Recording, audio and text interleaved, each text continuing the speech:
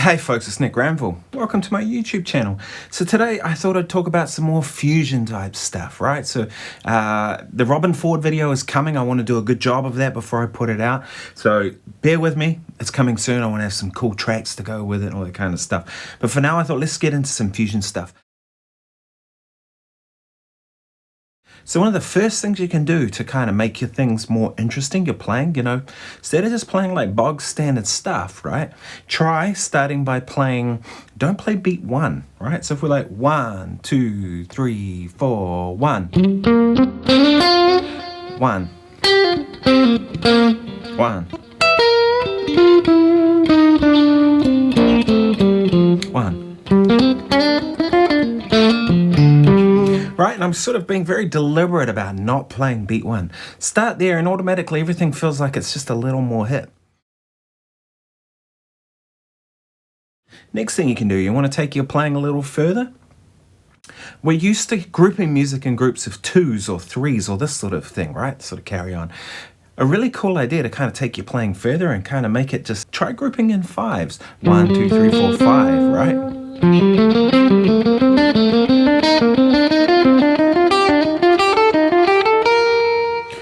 So I still might play rhythms that are 4, right? Like I might be playing 16th notes, 1 E ender, 2 E ender, 3 E ender, 4 E ender, right? Instead of something like that, that's more kind of bog standard, I might go 1, 2, 3, 4.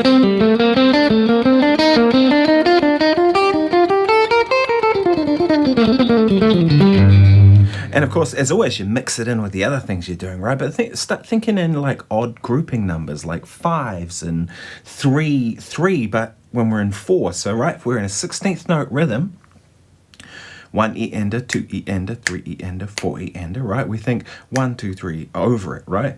So 1 E ender, 2 E ender, 3 E ender, 4 E ender.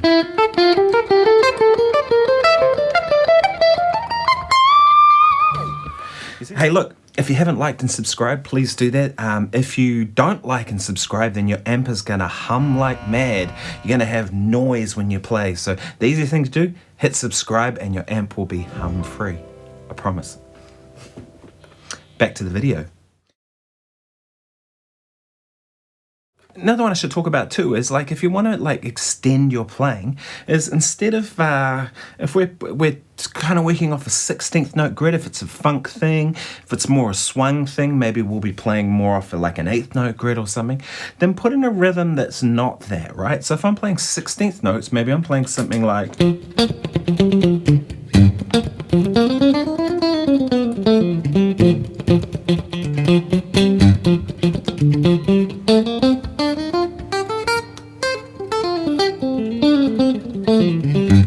so there I went, da-da-da, ba-da-da, da-da-da. So I was thinking more like a grouping of triplets, right? Group of 3s. So try triplets when you're going in things that are like a series of 16ths, with the idea being that we break this up, that we kind of get out of the norm, right? And again, it's that same idea of playing groups of 5s over something that would be 4, but instead we're going with more simple kind of stuff, right? But just we're kind of falling out of the groove, which is not what you normally want to do, right? So if we're at 8s,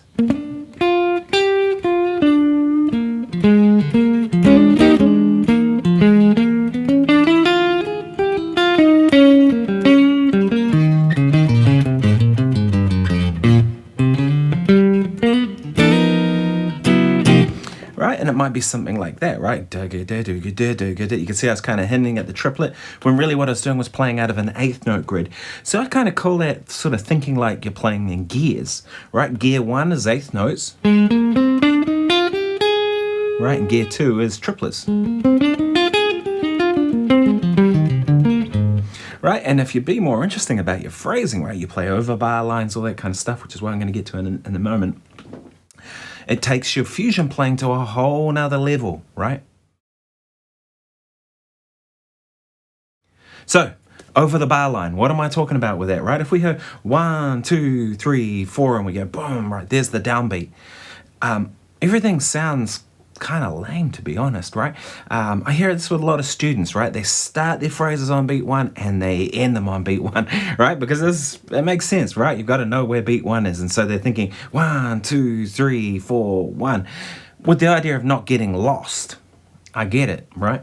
But the thing is, if you start playing over the bar lines, it starts to get more interesting, right? Like a 1, 2, 3.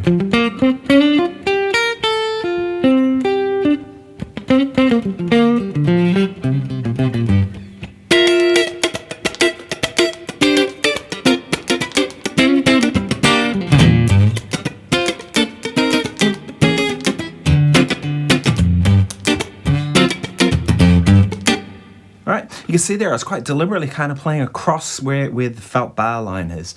I probably should have set up a metronome. It would have been a better way to demonstrate it, but you get the idea, right? And one thing that you can do that's a really kind of cool way of looking at that is I think it's called Hemiolas, where you play a different time signature over the signature you're in. So if we're in 4/4, for example, 1, 2, 3, 4, we can go 1, 2, 3, 1, 2, 3, 1, 2, 3. But we're still existing in 4, right? So if we're like 1, 2, 3, 4, we can be 1, 2, 4, 1, 2, 4, 1, 2, 3, 4, 3, 4. Right? I'm going to do the same thing, but I'm going to play a rhythm that's in 3. I'm going to go 1, 2, and 3. 1, 2, 3, 4, 1, 2, 3, 4, 1, 2. It's hard to talk and play. Does anyone else struggle with it? I really struggle to talk and play. But I'm thinking 1, 2, and 3, 4, 1, and 2, 3, 4, and 1, 2. Right? That kind of idea. I can't talk and play. So it might be.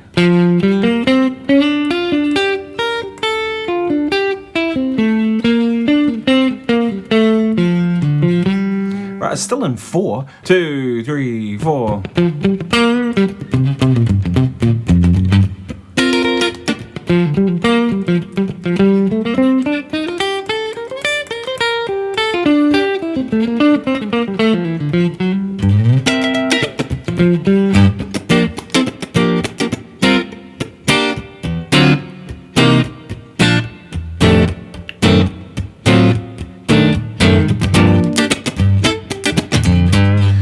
And you see there, I went from going in 4 and I moved into playing patterns that were groups of 3 over it. I also did the dotted quarter thing, right? 1, 2, and 3, 1, 2, and 3. But over 4, 1, 2, and 3, 4, 1, and 2, 3, 4, and 1, 2, 3, and 4, 1.